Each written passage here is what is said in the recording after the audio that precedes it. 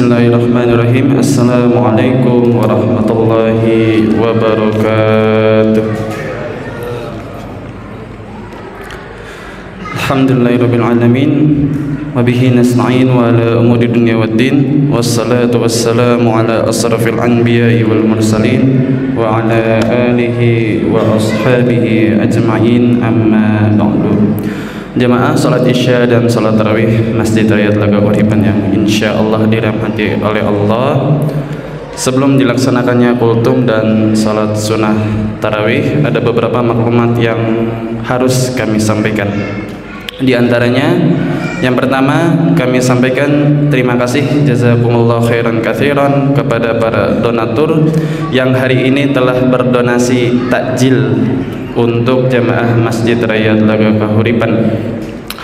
Semoga harta yang didonasikan baik berupa uang ataupun makanan minuman dibalas oleh Allah berlipat ganda, amin amin ya rabbal alamin.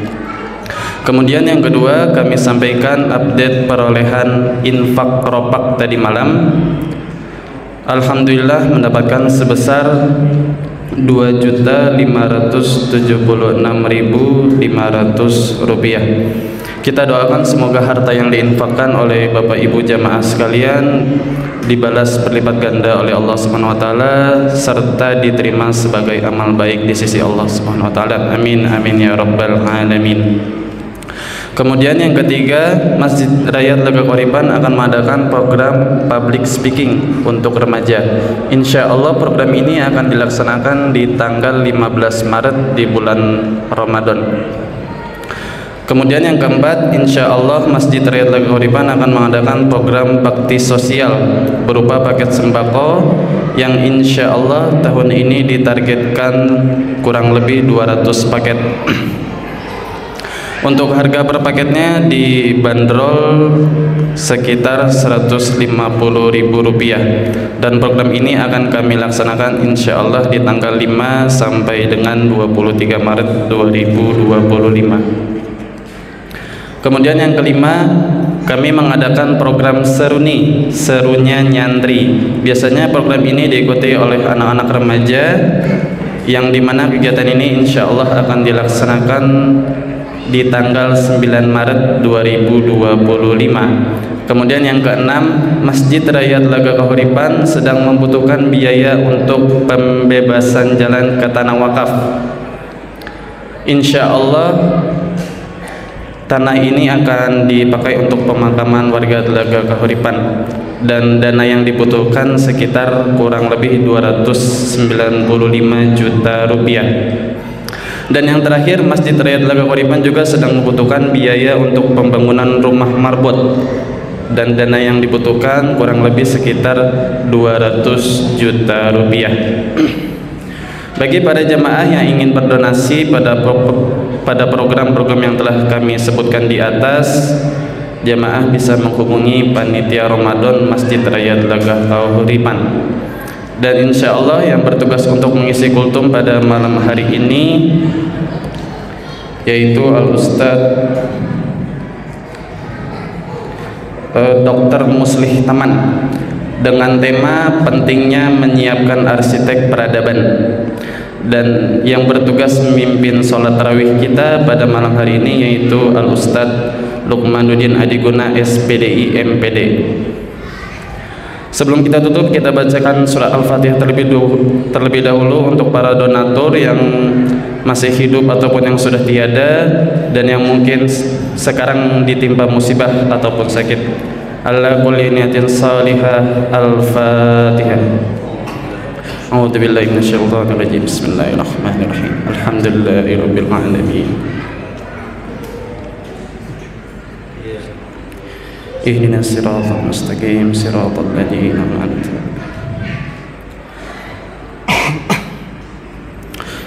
alaihim. Itu saja, kurang lebihnya mohon maaf.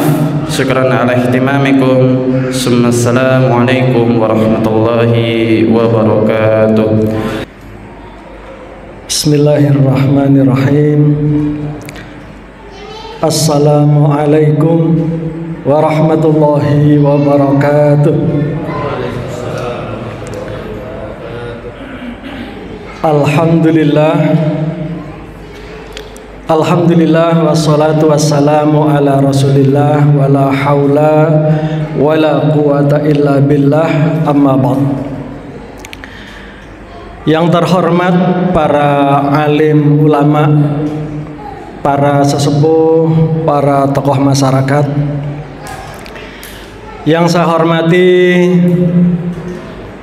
Ketua Takmir Masjid Raya Telaga Kahuripan beserta seluruh jajaran pengurus, dan khususnya Ketua Panitia Ramadan yang pasti sangat sibuk,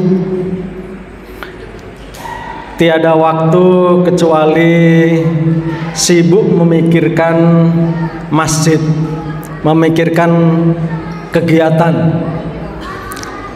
Yang saya hormati para bapak dan ibu jamaah sholat isya dan sholat tarawih Masjid Raya Telaga Kahuripan, serta anak-anakku yang saya cintai, yang mudah-mudahan suatu saat nanti merekalah yang akan menggantikan kita saat ini.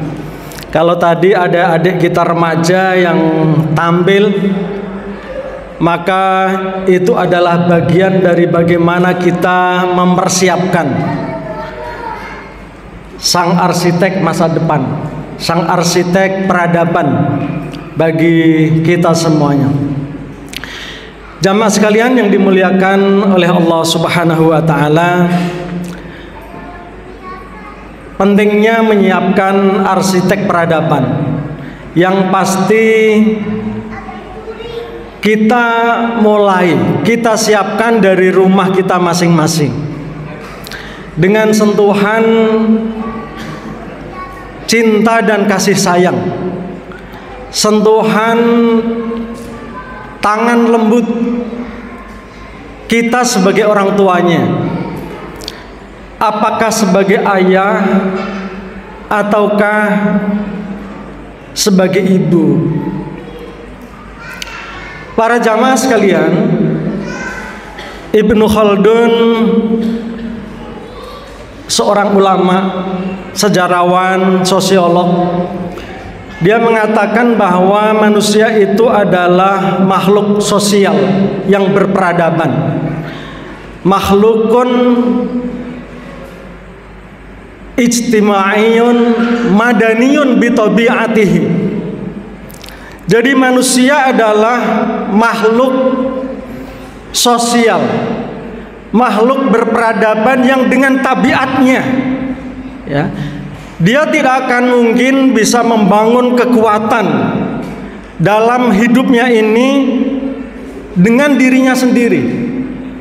Pasti membutuhkan kolaborasi, membutuhkan kekuatan orang-orang yang ada di sekitarnya.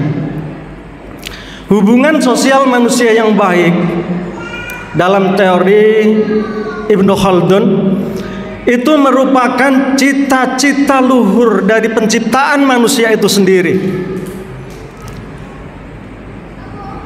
Manusia itu ada karena dia mampu bersosial. Jangan heran kalau tetangga kita anggap tidak ada, atau diri kita sendiri seringkali dianggap oleh tetangga kita tidak ada, karena kita tidak bersosial, mengurung diri di rumah. Keberadaan kita tidak dirasakan oleh orang lain, keberadaan kita tidak bermakna, keberadaan kita seolah-olah tidak ada. Dan itu banyak sekali terjadi dengan orang-orang yang ada di sekeliling kita. Jamaah sekalian, Ramadan diciptakan oleh Allah sebagai momentum spesial untuk menciptakan, untuk membangun arsitek-arsitek peradaban yang sejati, yang luhur dan yang mulia. Dan mereka itulah yang namanya orang-orang yang bertakwa. ayat yang paling populer dan sering kita dengar di bulan suci Ramadan dari mimbar-mimbar khutbah, mimbar-mimbar kultum adalah surat Al-Baqarah ayat 183. Wahai orang-orang yang beriman, telah diwajibkan kepada kalian untuk berpuasa sebagaimana diwajibkan kepada umat sebelum kalian, la'allakum tattaqun, supaya kita semuanya menjadi orang-orang yang bertakwa. Lalu kemudian Allah Subhanahu wa taala dalam ayat yang lain, tepatnya di dalam Al-Quran surat Ali Imran ayat 133 dan 134, menjelaskan kepada kita tentang bagaimana sifat dan karakter orang-orang yang bertakwa, yaitu orang-orang yang kontributif dalam kehidupan sosialnya. Keberadaannya selalu hadir, kehadirannya selalu ada dengan apa yang dia bisa berikan. Tidak ada alasan untuk tidak mampu memberikan di tengah-tengah kehidupannya ini. Allah Subhanahu wa taala berfirman menjelaskan kepada kita semuanya karakter yang harus kita raih dengan madrasah Ramadan ini. Alladzina yunfikuna fis-sarra'i wad-dharra wal kadhiminal ghaidha wal 'afina 'anil nas wallahu yuhibbul muhsinin. Karakter orang yang bertakwa yang diharapkan lahir dari madrasah Ramadan ini, yang pertama adalah mereka yang senantiasa menafkahkan hartanya baik di saat dia lapang maupun di saat dia sempit. Itu kalau dia punya harta. Kalau tidak punya harta, datang ke masjid ikut menyiapkan baksos, datang ke masjid ikut menyiapkan takjil, datang ke masjid ikut merapikan dan membersihkan masjid, memberikan apa yang dia punya dari waktunya, dari perhatiannya, bahkan dari doa yang tulus yang bisa dia berikan untuk kemaslahatan umat. Gak ada alasan orang beriman itu tidak bisa berkontribusi dalam kehidupannya. Karena itu para jamaah sekalian, marilah kita memberikan apa yang bisa kita berikan di tengah-tengah kehidupan kita. Jangan hanya menjadi pengkritik, jangan hanya menjadi komentator, komen saja, tetapi menjadi bagian dari solusi, ambil bagian dari kerja-kerja kebaikan yang ada di tengah-tengah masyarakat kita. Ma'asyiral muslimin rahimakumullah. Lalu karakter orang yang beriman, orang yang bertakwa yang kedua adalah wal kadhiminal ghaidha. Orang-orang yang bisa menahan amarahnya. Kita ditakdirkan oleh Allah hadir di tengah-tengah masyarakat yang isi kepala mereka pasti bermacam-macam. Mereka hadir dengan suku, dengan tabiat, dengan pikiran yang bermacam-macam. Bisa saja mereka mengecewakan harapan kita, bahkan bisa saja mereka memfitnah kita, mereka memusuhi kita, mereka menipu kita. Saat itu kita bisa marah. Tetapi orang yang bertakwa, dia menahan amarahnya, dia menyimpan amarahnya, menggantinya dengan bermuka yang berseri-seri, dengan tatapan yang tidak menyakitkan dan mengecewakan orang lain. Lalu yang ketiga, wal afina anin nas, memaafkan orang lain. Bisa saja jamaah sekalian, Ustadz Imam, Ustadz Badrun, orang menahan amarah karena kecewanya kepada orang lain, itu dia menyimpan dendam, tidak sanggup memaafkan. Maka orang yang bertakwa tidak hanya sanggup menahan amarahnya di saat dia sanggup marah kepada istrinya, dia tahan. Sanggup marah kepada tetangganya, dia tahan. Sanggup marah kepada bawahannya di kantor, dia tahan. Di saat yang sama, dia memaafkannya. Dia berlapang dada, ikhlas. Ya, dia tidak menyimpan dendam kepada orang yang mengecewakan, yang menyakiti, atau bahkan yang memfitnahnya. Lalu dalam ayat ini ditutup oleh Allah Subhanahu wa taala, wallahu yuhibbul muhsinin. Dan Allah senantiasa mencintai orang-orang yang berbuat ihsan. Ihsan adalah puncak akhlak terpuji. Ihsan dalam ibadah adalah kita menyembah Allah seolah-olah kita melihat Allah. Dan seandainya yang begitu itu kita tidak bisa, maka yakinlah bahwa Allah melihat kita. Sehingga ibadah kita kerjakan dengan sebaik-baiknya, dengan sehusuk-husuknya. Ihsan dalam muamalah adalah kita berbuat baik kepada orang lain dengan mampu menginspirasi orang itu untuk juga berbuat baik kepada orang lain. Melakukan kebaikan dengan sebaik mungkin, bukan melakukan kebaikan kepada orang lain tetapi kemudian mengecewakannya, membuat orang itu malu, membuat orang itu merasa direndahkan. Orang-orang yang bertakwa tidaklah seperti itu.